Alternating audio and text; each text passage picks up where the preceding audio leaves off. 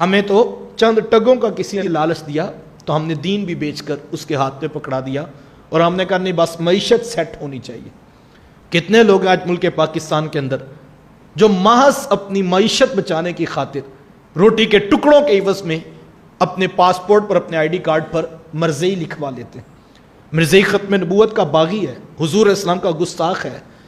کیا ہم میں سے کوئی شخص زندگی کے ایک سیکنڈ کے کروڑویں حصے میں بھی اس بات کو پسند کرتا ہے کہ اپنے نام کے ساتھ گستاخ رسول لکھوا لے؟ لیکن کتنے لوگ ہیں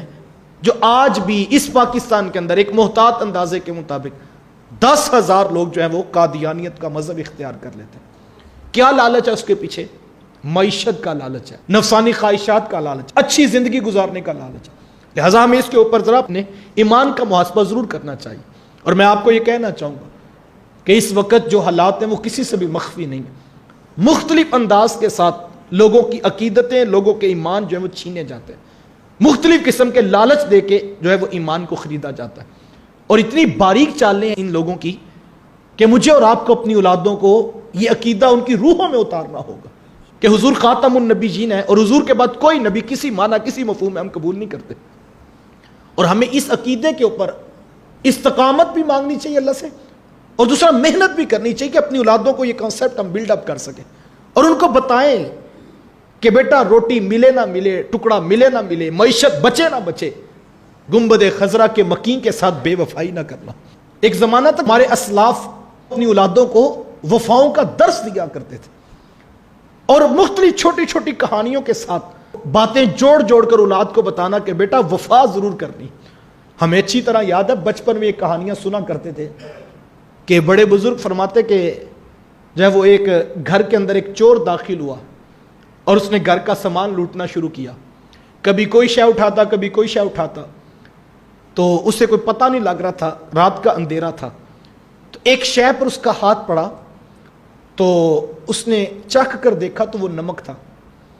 تو جو اس کے ساتھ جو ڈاکو لٹیرے گھر میں داخل ہوئے تھے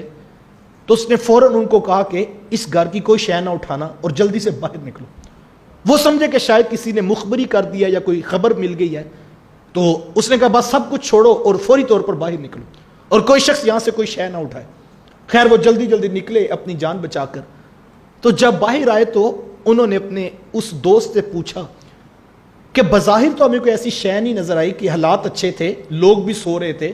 سامان بھی کافی تھا، لیکن تم نے ایک شے بھی نہیں اٹھانے دی بلکہ جو کچھ اٹھایا تھا وہ بھی واپس کرنے کا حکم دیا، تو کیا کوئی خطرے کی بات تھی؟ اس نے کہا نہیں، اور تم نے ہمیں جو ہے وہ باہر کیوں نکال لیا؟ تو وہ کہنے لگا اصل میں چیزیں ٹٹولتے ٹٹولتے ہوا یہ کہ میرا ہاتھ کسی شے پر پڑا، تو میں نے چکھ کر جب دیکھا تو وہ نمک تھا، تو پھر میرے ضمیر نے گوارا نہ کیا کہ جس گھر کا نمک کھاؤں پھر اسی گھر کے ساتھ بے وفائی کروں۔ یہ وفاؤں کا سبق تھا ہمارے بڑے جو ہیں وہ ہماری اولادوں کو سکھایا کرتے تھے کہ بیٹا جس در سے نمک کھایا ہو وہاں بے وفائی نہیں کرتے ہیں۔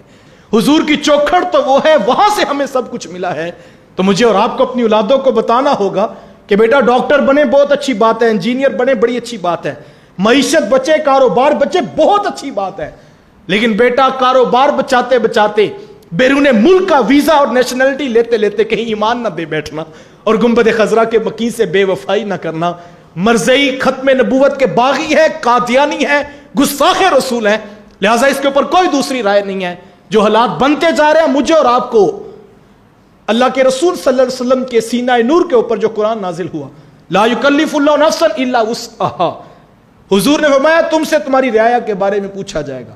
میرا جتنا دائرہ کار ہے مجھ سے اس کے بارے میں پوچھا جائے گا، ساری انسانیت کا میرے سے سوال نہیں ہوگا،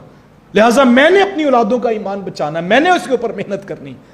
مجھ سے یہ نہیں پوچھا جائے گا کہ فلاں ملک کے اندر کس نے کیا کیا، تم اس وقت کیوں نہیں کیا، مجھ سے میری اولاد کا پوچھا جائے گا، میرے ماتحت کام کرنے والوں کا پوچھا جائے گا، میں جس منصب پر بیٹھا ہوں اس کے ساتھ جڑے ہوئے لوگوں کا میرے سے سوال کیا جائے گا۔ لہٰذا اپنا اپنا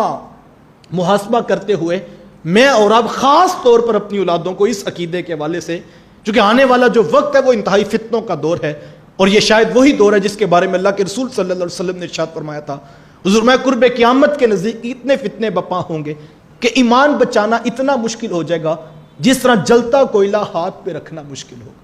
فرمایا بندہ صبح مومن ہوگا شام کو کافر ہوگا، شام کو مومن ہوگا صبح کافر ہوگا، ایمان بچانا اتنا مشکل ہو جائے گا جس طرح جلتا کوئلہ ہاتھ پہ رکھنا مشکل. کیا یہ وہ دور آ نہیں گیا؟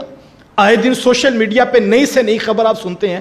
کہ فلاں شخص نے جو ہے وہ فلاں مذہب قبول کر لیا، فلاں شخص نے فلاں دین قبول کر لیا، اور فلاں شخص نے اپنے نام کے ساتھ یہ چیزیں لکھوا لی ہیں، اور وہ بھی بیرون ملک چلا گیا ہے. تو لہٰذا مجھے اور آپ کو اپنے ایمان کی حفاظت کرنی ہے.